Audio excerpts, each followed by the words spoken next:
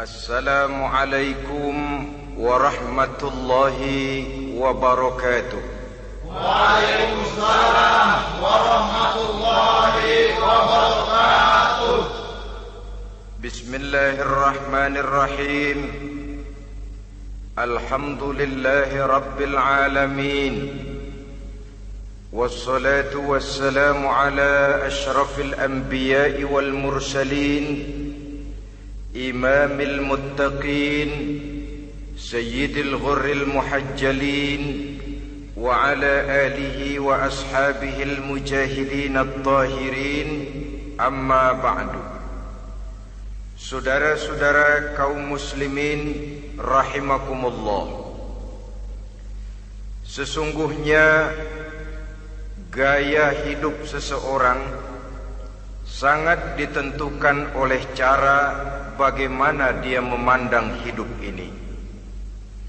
Dengan kata lain, bagaimana seseorang memandang hidup, begitulah dia akan hidup. Oleh sebab itu, untuk mengubah keadaan seseorang harus diawali lebih dahulu dengan mengubah caranya memandang kehidupan ini. Itulah sebabnya dalam surah Ar-Ra'd ayat 11 Allah Subhanahu wa ta'ala menjelaskan, Innallaha la yughayyiru ma biqaumin hatta yughayyiru ma bi anfusihim. Allah Subhanahu wa ta'ala tidak akan mengubah nasib dan keadaan satu kaum sampai kaum itu berusaha mengubah apa yang ada di dalam diri mereka sendiri. Yang ada di dalam diri itu tentu tidak lain adalah rule of thinking, bahasa kerennya state of mind, kata orang Kulon, cara berpikir, cara memandang kehidupan yang akan sangat mewarnai cara orang menjalani kehidupan itu sendiri. Oleh karena itu, pada pertemuan kali ini kita akan membicarakan tentang dasar dan tujuan hidup dari seorang muslim di dalam kehidupan ini. Yang pertama, tentang dasar dan landasan hidup. Seorang muslim tak dapat lain mendasarkan kehidupannya dengan Islam. Di dalam mendasari kehidupan dengan Islam ini, Allah Subhanahu wa ta'ala menuntut, Ya ayyuhalladzina amanu dkhulu fis silmi kafah. Hai orang-orang yang beriman, masuklah kamu ke dalam Islam itu secara total, secara utuh, secara seluruhnya. Jangan separuh-separuh, jangan sepotong-sepotong. Mendasari hidup dengan Islam artinya menjadikan Islam sebagai way of life, sebagai rule of thinking, sebagai state of mind di dalam kita memecahkan problema-problema kehidupan, sehingga tidak satu persoalan hidup yang bagaimanapun kecilnya sekalipun yang tidak tersentuh oleh nilai-nilai ajaran agama Islam ini. Kemudian di dalam mendasarkan hidupnya dengan Islam, ia mempunyai satu keyakinan. Pertama, Islam sebagai dasar hidupnya adalah agama yang sesuai dengan fitrah daripada manusia. Allah Subhanahu wa ta'ala pencipta manusia. Allah Subhanahu wa ta'ala yang menurunkan agama Islam. Oleh sebab itu, tentu saja seluruh konsepsi Islam ini sudah diukur sedemikian rupa sesuai dengan kemampuan yang dimiliki oleh manusia. Secara logika bisa kita katakan, pabrik mobil di Jerman misalnya bikin mobil namanya Mercy. Seiring dengan itu dikeluarkannya buku petunjuk. Mobil ini bernama Mercy, kecepatan maksimal sekian ratus kilometer per jam, daya angkutnya sekian ratus kilogram, kalau rusak memperbaikinya ini onderdilnya itu umpamanya. Karena pabriknya yang bikin mobil, lalu pabriknya juga yang mengeluarkan buku petunjuk, tentu buku itu sesuai benar untuk mobilnya. Dan logika mengatakan tidak bisa kita punya mobil Mercy rusak, kita perbaiki dengan menggunakan buku petunjuk yang dikeluarkan oleh pabrik mobil Fiat. Tentu saja mobil makin rusak, acak-acakan dan tidak karu-karuan. Ini artinya, jikalau manusia ingin baik, jikalau manusia ingin mencapai sesuatu yang bernama bahagia, dia harus mengikuti petunjuk yang dikeluarkan oleh yang menciptakan manusia. Dan petunjuk-petunjuk itu telah turun dalam satu konsepsi yang bernama Islam yang sesuai dengan fitrah manusia. Yang kedua, oleh karena keyakinannya bahwa Islam sesuai dengan fitrah manusia, ia pun berkeyakinan bahwa Islam adalah agama untuk seluruh manusia, universal. Walaupun ia diturunkan di tanah Arab, tetapi ia bukanlah agama hanya untuk orang Arab semata-mata. Keyakinan ini perlu ditegakkan kembali, oleh karena akhir-akhir ini muncul pendapat-pendapat yang menganggap seolah-olah agama itu barang impor. Persilahkan saja kalau memang itu merupakan keyakinannya, tetapi menganggap agama sebagai barang impor sungguh merupakan satu kekeliruan yang sangat besar. Bahwa Arab sebagian besar memang Islam, jelas. Tetapi Islam bukannya Arab, itu pun harus kita akui. Kita bisa menjadi Muslim yang baik tanpa perlu menjadi orang Arab. Dengan kata lain, kita bisa menjadi Muslim yang baik dengan tetap menjadi warga negara Indonesia yang baik. Bahwa Al-Quran diturunkan dalam bahasa Arab oleh karena memang ia turun di tanah Arab. Buktinya apa? Walaupun Quran dalam bahasa Arab, tidak satu pun ayat Quran yang ditujukan kepada orang Arab semata-mata. Tidak ada ayat ya ayyuhal arabiyun, hai orang-orang Arab. Tidak ada. Yang ada malah ya ayyuhan nas, wahai manusia. Manusia yang mana? Yang mana saja asal merasa manusia. Kalau tidak merasa manusia, tidak usah terpanggil dengan ayat tadi. Maka dalam mendasari hidup dengan Islam, kita berkeyakinan Islam adalah agama untuk seluruh manusia. Yang ketiga, di dalam mendasari hidup dengan Islam, kita berkeyakinan Islam adalah agama terakhir yang diturunkan kepada Rasul terakhir. Tidak ada Rasul dan Nabi sesudah Nabi Muhammad, dan tidak ada agama lagi sesudah agama Islam. Dasar-dasar keyakinan ini melembaga dalam pribadi kita, membentuk satu keyakinan yang mendasari kehidupan ini, sehingga tidak satu problema yang bagaimanapun kecilnya dalam kehidupan yang tidak tersentuh oleh nilai-nilai Islam. Sejak kita tidur sampai kita bangun tidur, bahkan tidur itu sendiri, dan seluruh kegiatan kehidupan yang kita laksanakan dalam 24 jam, tidak satu pun yang tidak tersentuh oleh nilai-nilai Islam. Inilah pandangan hidup Muslim. Jawaban seorang Muslim terhadap problema-problema kehidupan yang dihadapinya, yang di dalam menjawab problema itu ia Islam oriented, berorientasi kepada nilai-nilai Islam. Apa kata Islam tentang pekerjaan yang dihadapinya? Halal kata Islam, halallah dia katakan. Haram kata Islam, haram dia katakan. Islam oriented. Barometer dalam perbuatannya tidak lain daripada nilai-nilai Islam itu sendiri. Dan kemudian di dalam mendasari kehidupan dengan Islam, ia berkeyakinan Islam adalah satu-satunya agama yang benar. Bahasa kerennya, Islam is the single one, the true religion behind the God. Satu-satunya. Keyakinan ini kelihatannya subjektif, tapi memang inilah pokok daripada kehidupan beragama. Saudara-saudara kaum muslimin rahimakumullah, kalau itulah dasar daripada kehidupan kita sebagai muslim, apa yang menjadi landasannya?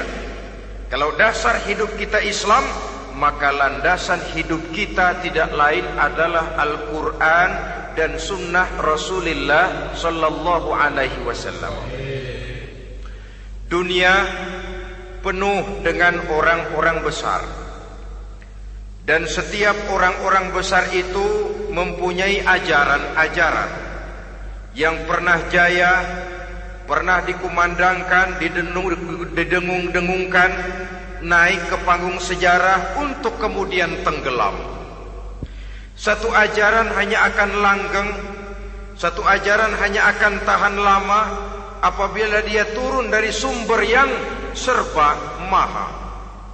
Kalau dia turun dari manusia, maka sifatnya hanya musim. Yang namanya musim, saudara-saudara, namanya musim tidak bisa dilarang, tapi kalau sudah selesai habis sendirian. Itu musim namanya. Musim rambutan.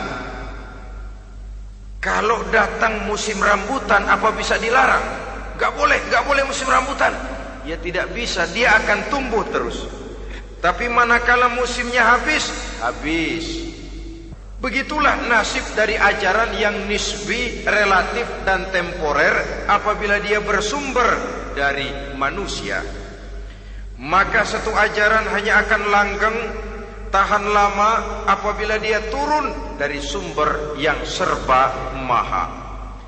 Dan itu sudah turun bernama Al-Quranul Karim. Sedangkan sunnah, saudara-saudara, merupakan penjelasan dari apa yang oleh Quran tidak dijelaskan dalam bentuk yang detail, melengkapi apa yang oleh Al-Quran hanya disebutkan dalam bentuk garis besarnya saja. Baik Quran maupun sunnah kita sebut merupakan dasar, landasan yang primer. Sedangkan untuk memahami Quran dan sunnah, kita memerlukan pendapat-pendapat orang yang ahli di bidang itu. Dalam hal ini kita sebut saja dengan ulama. Dan ini merupakan sumber yang sekunder dari landasan hidup kita sebagai seorang muslim. Dua rel ini, Quran dan sunnah, merupakan landasan di mana kereta api Islam ini berjalan. Quran dan sunnah. Saudara-saudara kaum muslimin rahimakumullah, oleh karenanya marilah kita menjadikan Quran dan sunnah ini sebagai imam di dalam kehidupan kita. Bukankah Rasulullah sallallahu alaihi wasallam pernah memberikan pilihan, man ja'alal Qur'ana amamahu qadahu ilal jannah, wa man ja'alal Qur'ana khalfahu saqahu ilan nar. Siapa yang meletakkan Quran di depannya, dijadikannya Quran sebagai imam dan dia sebagai makmum, maka Al-Quran akan membimbing dia ke surga. Ya, surga di dunia ini, lebih-lebih lagi surga di akhirat nanti. Sebaliknya, wa man ja'alal Qur'ana khalfahu, siapa yang meletakkan Quran di belakangnya, dia belakangi ajaran dan konsepsi Al-Quran, dia tinggalkan perintah-perintah Al-Quran, maka Al-Quran yang dibelakanginya itu akan mendorong dia ke neraka. Neraka dunia, lebih-lebih neraka di akhirat nanti. Pilihan terserah kita. Jikalau kita mau menjadikan Quran sebagai imam, artinya kita menjadi makmum. Resikonya dimanapun, makmum wajib ikut imam. Imam takbir, makmum takbir, imam ruku', makmum ruku', imam i'tidal, makmum i'tidal. Jikalau Quran imam kita dan kita adalah makmum, maka itu berarti Jikalau ke barat komando Quran, ke barat kita pergi. Jikalau ke timur kata Quran, ke timur kita menuju. Jikalau halal kata Quran, halal kita katakan. Jikalau haram kata Quran, haram kita ucapkan. Itu resikonya kita menjadi makmum, menyusun pola hidup yang lebih Qurani. Tapi sebaliknya, ke barat komando Quran, ke timur kita pergi, ke utara kata Quran, ke selatan kita menuju. Halal kata Quran malah kita tidak mau melaksanakannya. Haram kata Quran kita senang bukan main. Artinya kita mau menjadi makmum dan Quran kita jadikan sebagai makmum, kita sendiri malah mau menjadi imam. Kita paksa konsepsi Al-Quran itu supaya sesuai dengan naluri kemanusiaan kita. Mengotak-atik hukum, menghalalkan yang haram, mengharamkan yang halal. Dikala itu landasan hidup kita sudah goyah, tidak lagi sebagai landasan tempat kita bertolak, tetapi malah menjadi satu landasan yang kita injak-injak. Sesungguhnya saudara-saudara, Quran tidak akan membawa berkah, tidak akan menjadi rahmatun wa shifaun lil mu'minin, menjadi penyembuh, menjadi rahmah bagi orang-orang beriman apabila yang kita baca itu kita injak-injak di dalam kehidupan. Upaya menyusun hidup yang lebih Qurani ini seiring dengan usaha kita menjadi warga negara yang baik. Yang saya katakan di awal tadi, tidak saling dan tidak harus saling bertentangan. Jadi dengan demikian, dasar hidup kita sebagai muslim adalah Islam, dan landasan hidup kita tidak lain adalah Al-Quran dan sunnah Rasulullah sallallahu alaihi wasallam. Ini landasan tempat kita bertolak. Ini yang mewarnai gaya kehidupan kita.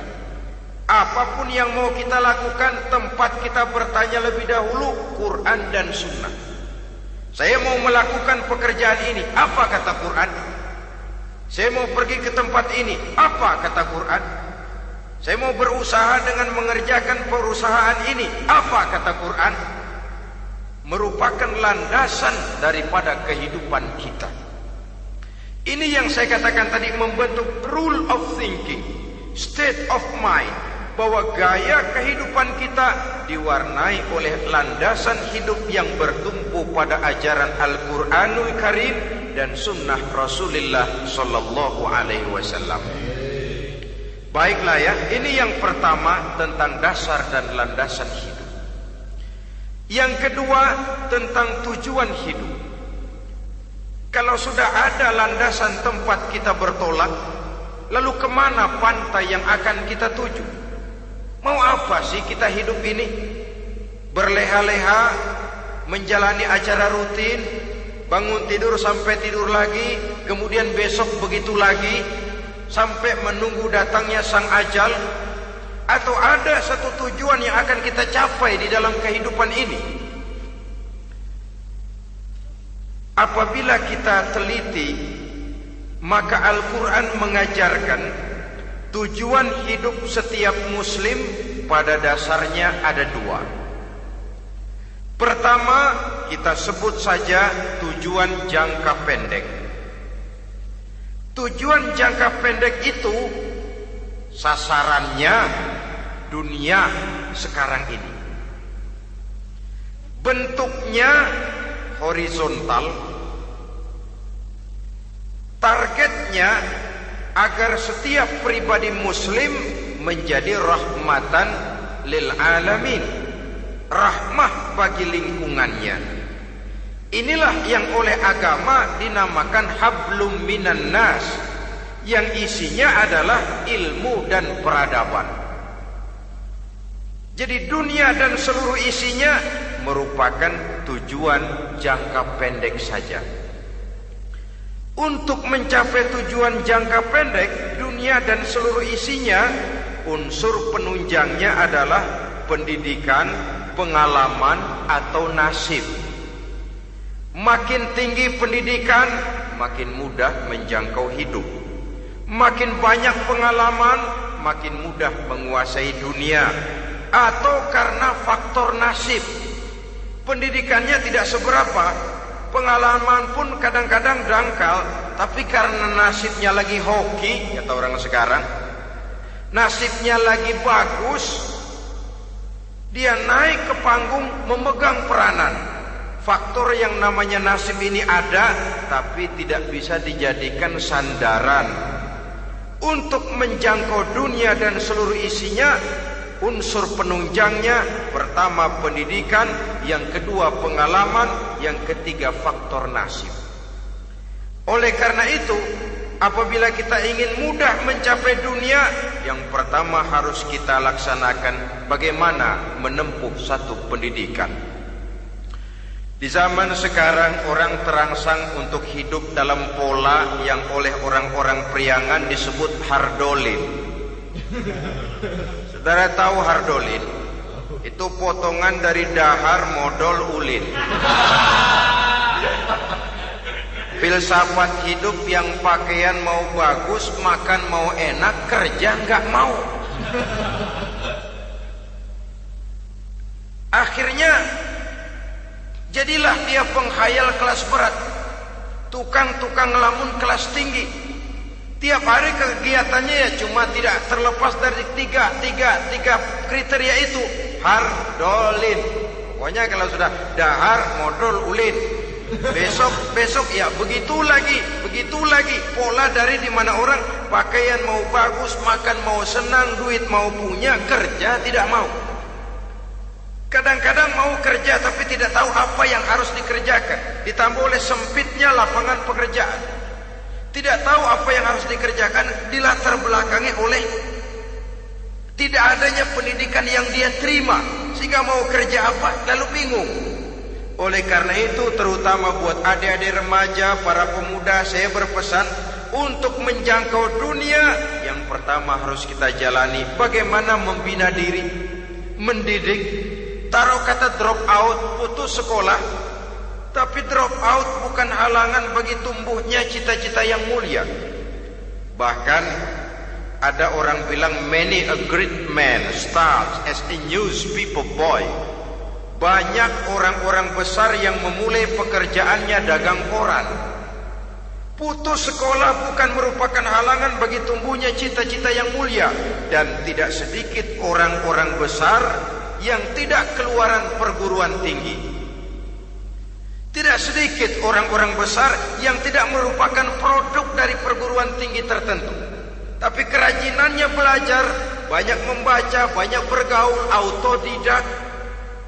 Syukur kalau masih bisa menempuh pendidikan yang formal. Kekurangan ekonomi, kemiskinan keluarga jangan menjadi penghalang bagi tumbuhnya cita-cita yang tinggi untuk menempuh karier pendidikan yang baik. Ini memang pahit, tapi bagaimanapun kata orang, lebih baik makan singkong beneran daripada makan roti ngimpi. Artinya jikalau memang perlu, lebih baik sekolah sambil dagang koran, nyemir sepatu, parkir mobil, daripada hardolin itu tadi. Tanpa prospek hari depan yang ada artinya. Dan pendidikan memang merupakan sesuatu yang pahit, tapi tanpa ini rasanya kita akan sulit untuk menjangkau dunia, tersisih di pojok-pojok kehidupan. Jangan lalu bilang, manusia kan rezekinya sudah dijamin oleh Allah, ayam saja ada rezekinya. Of course. Tapi jangan lupa, cara ayam cari rezeki dengan cara manusia cari rezeki lain. Kalau ayam cari rezeki dari tahun atu, modalnya cuma ceker sama patok. Kalau ayam mah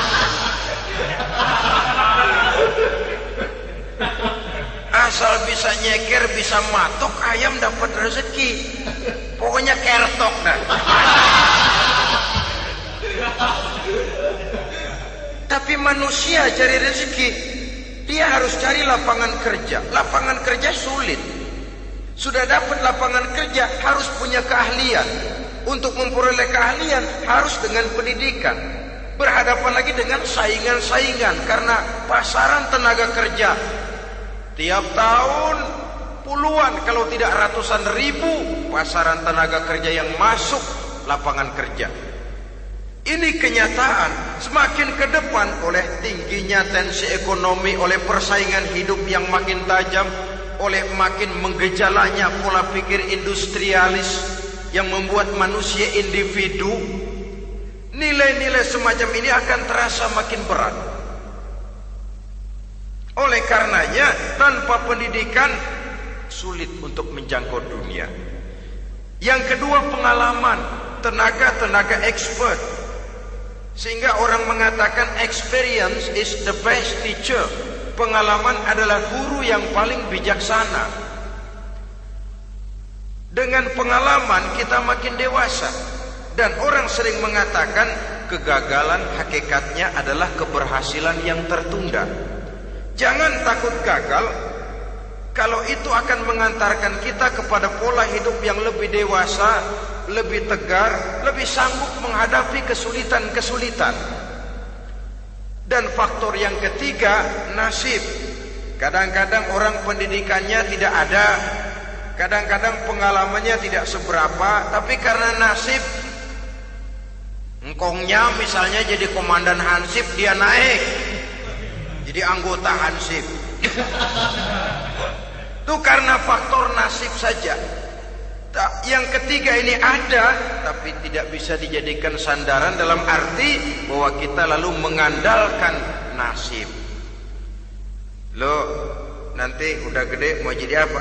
Gua sih gimana nasib aja dah.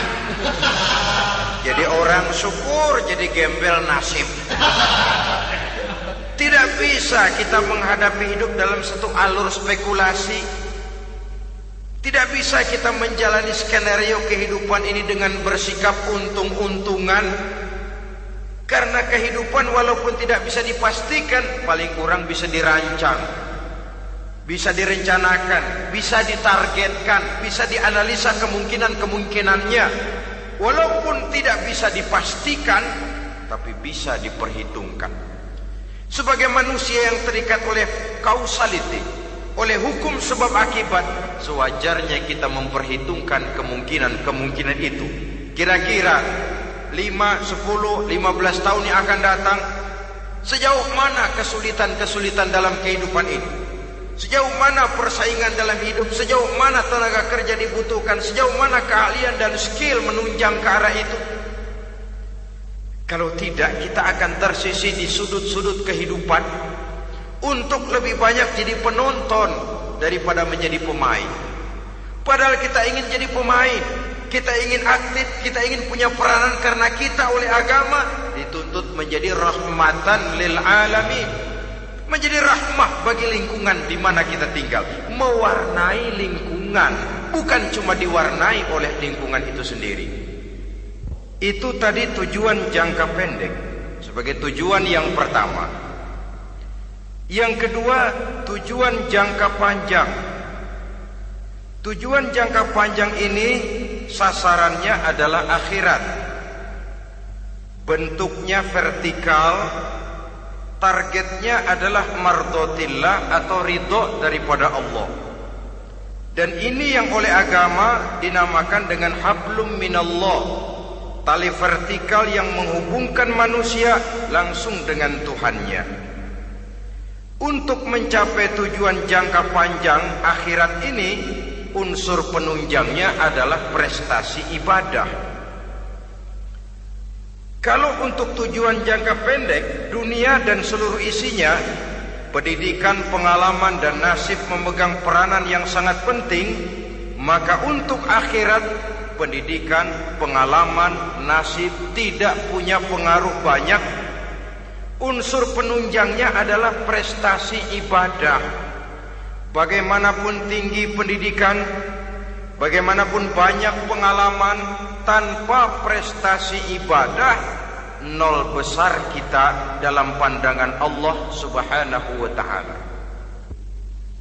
Saudara-saudara kaum muslimin rahimakumullah, itu sebabnya seorang muslim sholat, puasa, haji, zakat, yang kalaupun ada target dunia itu cuma side effect saja, sekedar satu efek sampingan.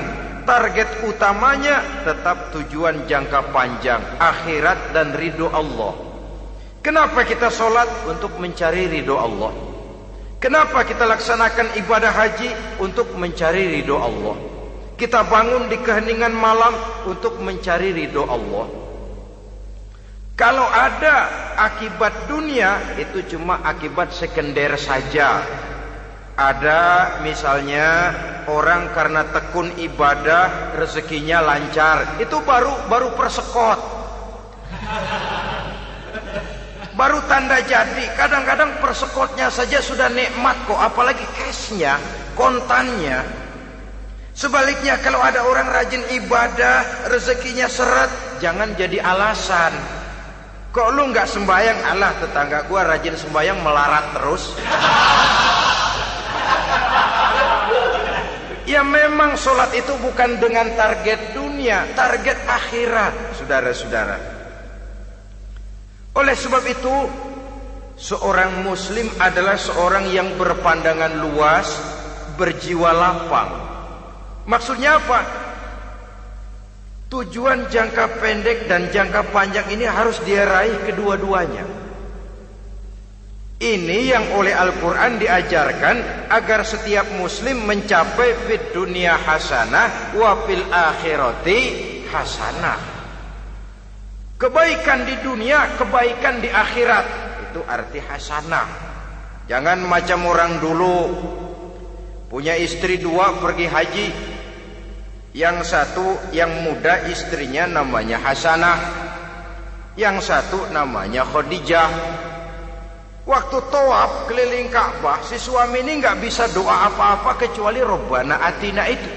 Tiap putaran Rabbana Atina fid dunya hasanah wa fil akhirati hasanah. Putaran kedua Rabbana Atina fid dunya hasanah wa fil akhirati hasanah. Ini istri tuanya yang namanya Khadijah dengerin aja. Akhirnya di satu saat dia colek suaminya, "Bang, mentang-mentang Hasanah bini muda disebutin melulu. Saya dong disebutin dalam doa." "Iya deh, ntar putaran selanjutnya." Suaminya blow on juga. Putaran kedua dia baca Rabbana Atina fid dunya hasanah wa fil akhirati Khadijah.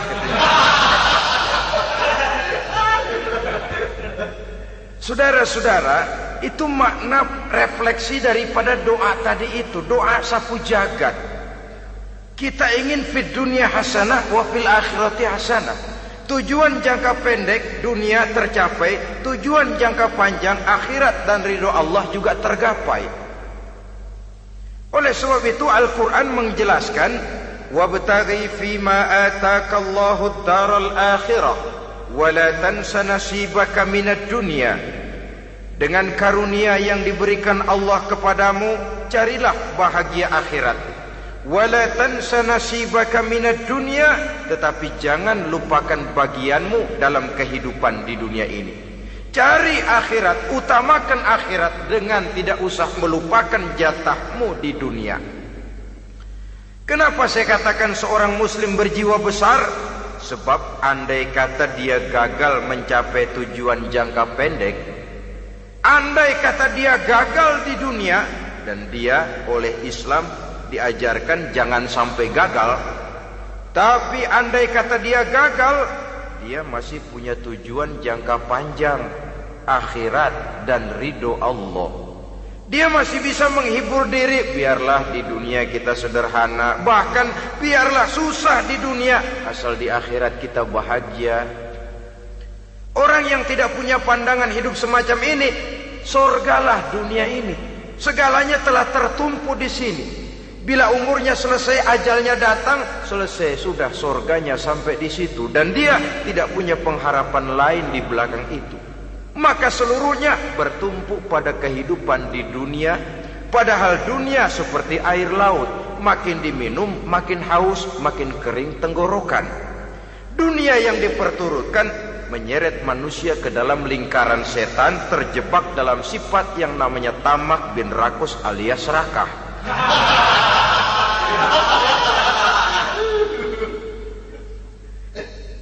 Andai kata dia gagal untuk tujuan jangka pendek, dia masih punya tujuan jangka panjang, akhirat. Dia masih sanggup berkata, biar di dunia kita sederhana, bahkan biar kebelangsak sengsara susah di dunia, asal di akhirat kita bisa bahagia. Kan masih ada harapan. Yang paling bangpak, paling rusak betul, sudah di dunia sengsara, di akhirat celaka. Jadi dunia rumahnya gubuk, pinggir kali miring, asal hujan bocor, utang selebar warung. Bayang kagak, ngaji enggak, puasa enggak, saban malam merit mulu. Saudara hadirin yang saya hormati, lalu kapan mau bahagia kalau sudah di sini susah, di sana akan susah juga. Ini yang pertama, seorang muslim, seorang yang optimis, berjiwa besar, luas pandangan. Kegagalan dia dalam jangka pendek tidak menyebabkan dia melupakan tujuan jangka panjang. Yang kedua, positifnya apa?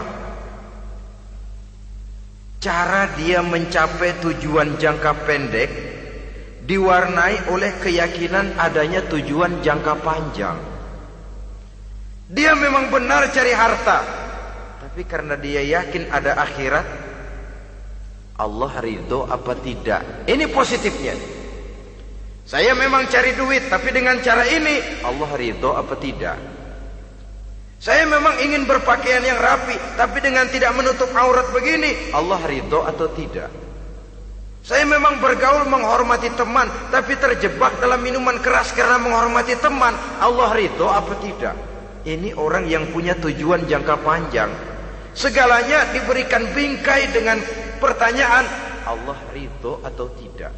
Keyakinannya terhadap tujuan jangka panjang mewarnai gaya hidupnya di dunia ini, mencapai tujuan jangka pendek tadi. Mau minum, Allah ridho apa enggak ini. Mau makan, yang saya makan Allah ridho apa enggak ini. Pendeknya apapun yang mau dia kerjakan, karena dia punya keyakinan tujuan jangka panjang, dia selalu menimbang terhadap ridho Allah tadi. Jadi tanpa prestasi ibadah, kita nol besar dalam pandangan Allah. Ini nilai manusia yang hakiki di sini. Ini makna inna akramakum indallahi atqakum. Di akhirat nanti kan tidak pernah akan disidang, kamu pendidikan setinggi apa? Tidak. Gelarmu berapa renteng? Profesor, doktor? Tidak. Akhirat hanya menyidang kau sholat atau tidak, kau puasa atau tidak, kau zakat atau tidak. Diberikan kamu harta yang banyak, dari mana kau dapat, kemana kau belanjakan. Prestasi ibadah itu yang ditanya. Setinggi apa pendidikan, sebanyak apa pengalaman, no problem. Tidak jadi masalah di akhirat itu. Prestasi ibadah itu yang akan kita persembahkan di hadapan Allah. Itu makna inna akramakum indallahi atqakum. Kerbau dinilai dari dagingnya, makin gemuk makin mahal harganya. Tapi ada perkutut lebih mahal dari kerbau. Perkutut itu mahalan mentahnya loh daripada matangnya. Karena harga perkutut pada suaranya. Lalu di mana harga manusia yang paling gemuk? Tidak. Suaranya, oh kalau manusia dinilai dari suaranya, barangkali Madonna nomor awal masuk surga itu. Hanyalah dengan prestasi ibadah kita bisa mencapai tujuan jangka panjang, akhirat dan ridho Allah. Nah baiklah ya, kalau sudah jelas bahwa kita punya dua tujuan jangka hidup, jangka pendek dan jangka panjang, bagaimana Islam mengajarkan kita meraih dua ini? Pada prinsipnya Islam mengajarkan sistem keseimbangan. Dalam berbagai aspek kehidupan, keseimbangan ini nampak dengan nyata diajarkan oleh agama kita. Seperti ayat yang saya bacakan tadi. Dengan karunia yang diberikan Allah kepadamu, cari negeri akhirat, tapi jangan lupakan bagianmu di dunia ini. Dalam bentuk yang lebih nyata, bekerjalah untuk duniamu seolah kau akan hidup buat selamanya, tapi bekerjalah buat akhiratmu seolah kau akan mati besok. Manifestasinya dalam kehidupan, misalnya orang kaya diperintah membantu yang miskin, tapi orang miskin dianjurkan berusaha. Jangan mengandalkan hidup kepada yang kaya, seimbang. Kamu kaya, betul Pak, bantu yang miskin. Kamu miskin, iya Pak, berusaha. Seimbang. Tuan rumah diwajibkan menghormati tamu, tamu diwajibkan tahu diri, seimbang. Jadi bagaimana kalau sudah kita bekerja di sawah, di ladang, di pasar, di kantor, anggap kita akan hidup selamanya agar timbul gairah kerja. Tapi kalau sudah sholat, anggap kita akan mati besok supaya timbul khusyuknya. Nah, titik tekannya di mana? Stresnya itu. Walaupun Islam mengajarkan sistem keseimbangan, tapi Al-Quran tetap menggarisbawahi walal akhiratu khairul laka minal, bahwa bagaimanapun seimbangnya, akhirat itu lebih utama daripada dunia. Bagaimana implementasinya? Kata orang-orang tua, kalau kita menanam padi, rumput pasti tumbuh, tapi nanam rumput jangan mimpi tumbuh padi. Maksudnya apa?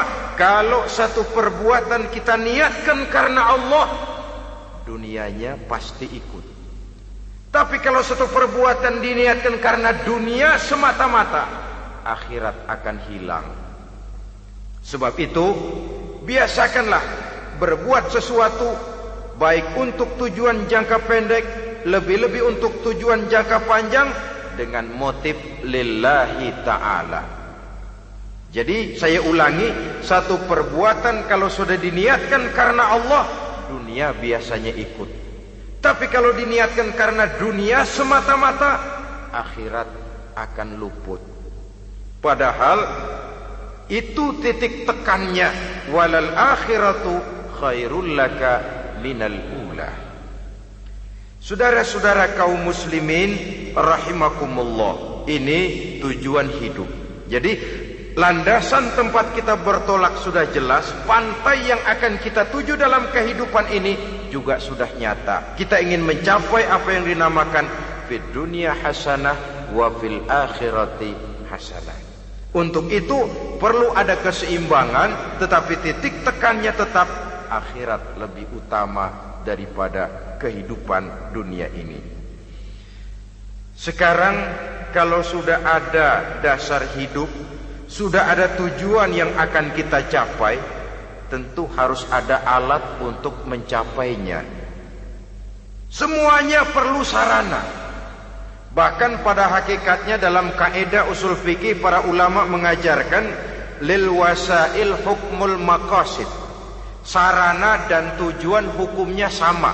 Ini mestinya mendidik umat Islam jadi pinter.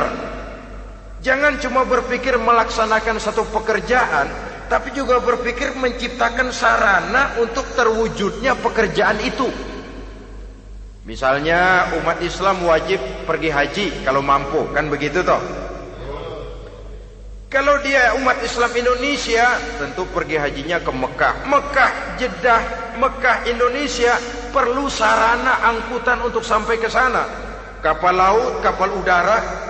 Artinya umat Islam harus maju di bidang teknologi, bisa menciptakan pesawat, bisa menciptakan kapal laut, sarana yang akan menyampaikan dia untuk bisa melaksanakan ibadah haji. Selama ini kita bertumpu kepada pemikiran, pokoknya kan yang penting gue pergi haji pakai apa kayak gue punya duit. Dari segi pribadi memang barangkali begitu. Tapi sebagai umat yang harus mencapai kemajuan, apabila diperintahkan melaksanakan sesuatu, kita pun hakikatnya dituntut menciptakan sarana untuk menunjang pelaksanaan sesuatu itu sendiri. Agama mengajarkan an-nazafatu minal iman, kebersihan sebagian daripada iman. Siapa yang menciptakan mesin cuci? Sabun-sabun keras, deterjen, rinso dan lain sebagainya. Siapa yang menciptakan air condition, pembersih ruangan? Kita hanya berpikir pokoknya kan bersih, mau pakai apa kek. Kita jarang yang berpikir kepada pewujudan teknologi modern untuk menerjemahkan hadis itu. Syukurlah belakangan ini sudah muncul teknokrat-teknokrat muslim yang dijiwai oleh semangat Al-Quran, membuka tabir rahasia konsepsi Islam di lapangan teknologi modern, yang makin lama makin menunjukkan tuntutan kebutuhan daripada umat itu sendiri. Dengan demikian, apabila ada tujuan hidup, kita memerlukan alat untuk mencapai tujuan tadi. Supaya tujuan fid dunya hasanah wa fil akhirati hasanah tercapai, apa alat yang harus kita pakai? Kita lihat surah At-Taubah ayat 111 memberikan jawaban.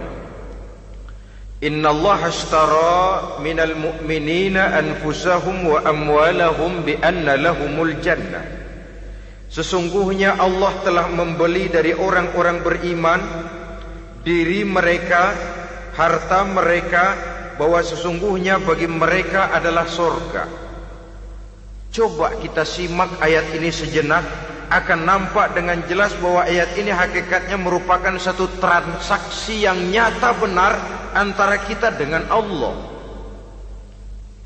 Transaksi jual beli sudah terjadi, dan itu langsung dengan Allah, tertuang dalam pernyataan Quran. Pembeli Allah, penjual kita orang-orang beriman. Dagangannya adalah anfus dan amwal, harganya adalah surga. Itu sudah tanda tangan pernyataan kita siap jual beli ya Allah. Apalagi baiat kita apa? Inna solati wa nusuki wa mahyaya wa mamati lillahi rabbil alamin. Solatku, ibadahku, hidup dan matiku cuma untuk Allah Tuhan seru sekalian alam. Minimalnya 5 kali sehari semalam baiat ini kita ulang dan kita ulang. Kenapa lalu kita tidak konsekuen? Dalam konteksnya dengan persoalan, maka alat hidup kita itu ada 2. Pertama, anfus. Ini bentuk mufrad dari jamaknya, bentuk jamak dari mufrad nafsun. Biasa diterjemahkan dengan diri. Yang dimaksud dengan diri adalah kepribadian. Yang dimaksud dengan kepribadian ialah kekayaan yang kita miliki dalam kepribadian kita. Artinya bisa tenaga, pikiran, konsep, gagasan, wewenang, ide, pangkat, jabatan, kemampuan, keahlian, skill, itu semuanya masuk ke dalam anfus, diri. Sedangkan amwal bentuk jamak dari mufrad malun, biasa diterjemahkan dengan harta. Pengertian di sini ialah seluruh bentuk-bentuk materi yang berada di bawah kekuasaan kita. Bisa rumah, bisa uang, bisa tanah, bisa kebun, bisa pabrik, bisa peternakan. Itu semuanya amwal. Nah, baik anfus maupun amwal, diri, tenaga kek, pikiran kek, harta kek, pangkat kek, jabatan kek, wewenang kek, keahlian kek, untuk tujuan jangka pendek harus jadi rahmah bagi lingkungan. Untuk tujuan jangka panjang harus menunjang jalan menuju ridho Allah. Jadi kalau pangkat kita menjauhkan kita dari ridho Allah, itu bukan nikmat tuh, azab. Punya pangkat bukan melakukan kebaikan, malah melakukan kejahatan, setidak-tidaknya berdiri di belakang kejahatan, melindungi perbuatan-perbuatan munkar. Dalam kelas kakap melindungi korupsi, dalam kelas teri jadi backing tukang koprok. Umpamanya itu sudah menyalahi Alat tidak digunakan untuk mencapai tujuan. Itu untuk tujuan jangka pendek. Lalu amwal, harta, uang, tanah, rumah, kebun, untuk tujuan jangka pendek harus menjadi rahmah bagi lingkungan. Sedang untuk tujuan jangka panjang, baik diri maupun harta harus menunjang jalan menuju ridho Allah, harus meningkatkan prestasi ibadah kita kepada Allah Subhanahu wa ta'ala. Malah yang namanya amwal ini tanggung jawabnya lebih berat loh saudara. Kalau saudara diberikan ilmu, sidang akhirat cuma satu. Ilmumu kau amalkan untuk apa? Saudara diberikan umur panjang, pengadilan akhirat cuma bertanya satu, umurmu kau habiskan di mana? Tapi saudara diberikan harta, pertanyaan akhirat dua, hartamu kau dapat dari mana? Kau belanjakan kemana? Dari mananya dan kemananya ditanya, depan belakang. Kadang-kadang kan ada orang hartanya didapat dari jalan yang halal, dibelanjakan di jalan haram. Kerja peras keringat banting tulang setengah mati, begitu dapat duit beli buntutan, muter-muter kertas cari kode. Didapat dari jalan halal, dibelanjakan di jalan haram. Atau didapat dari cara yang haram, dibelanjakan di jalan yang baik. Menang judi, nyumbang pesantren. Nabi mengajarkan innallaha thayyibun la yaqbalu illa thayyib. Allah itu baik dan hanya menerima yang baik-baik saja. Tidak bisa mencuci kain dengan air najis. Kain akan tetap kotor. Saudara-saudara kaum muslimin rahimakumullah. Oleh karenanya masalahnya terpulang kepada kita, pandai-pandailah membagi orientasi. Suatu saat tenggelam kita dalam kesibukan dunia dan seluruh isinya untuk mencapai tujuan jangka pendek. Lain saat tenggelam kita memfanakan diri untuk mencapai tujuan jangka panjang, akhirat dan ridho Allah. Karena kehidupan ini bukan berjalan tanpa batas. Umur ini bukan satu karunia tanpa pertanggungan jawab.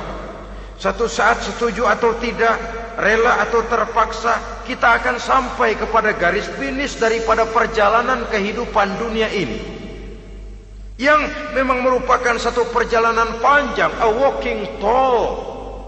Kata orang Kulon, a walking tall, satu jalan yang demikian jauhnya. Entoh kita akan sampai ke garis finish. Bila datang ajal, senja kehidupan datang, malam menyelimuti. Datangnya tidak pernah kita sangka, tapi sekali dia datang, tidak satu kekuatan yang bisa menolak. Kehadirannya tidak pernah kita harapkan, tapi satu kali dia datang bertamu, pasti terjadi. Dan itu pasti akan kita temui. Alangkah malangnya pada saat kembali itu datang, kita tidak punya prestasi ibadah. Lalu apa artinya prestasi dunia? Apa artinya tujuan jangka pendek kalau kita harus kehilangan tujuan jangka panjang? Rumah kita yang besar, pangkat kita yang tinggi, harta kita yang banyak, bisakah menolong kita untuk kalau sudah kumpul di padang mahsyar nanti? Malaikat, jangan gebugin saya, rumah saya harga 2 miliar.